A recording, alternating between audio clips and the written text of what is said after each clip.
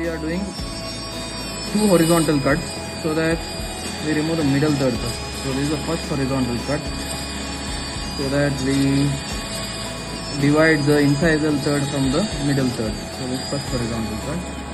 We will do a second horizontal cut. It is slightly above.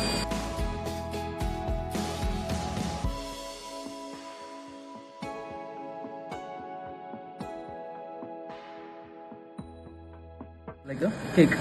So we try to remove that centerpiece. We'll just slowly take the centerpiece out. So this is the centerpiece, like cheese will remove.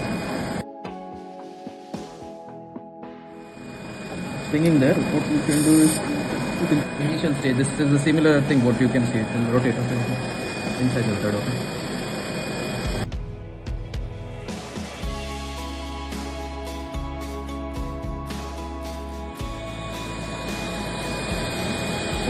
Okay, this leads to some amount of some odontogenic cyst. You can see where exactly it is turned. So now we can gently push it to that socket where we had removed.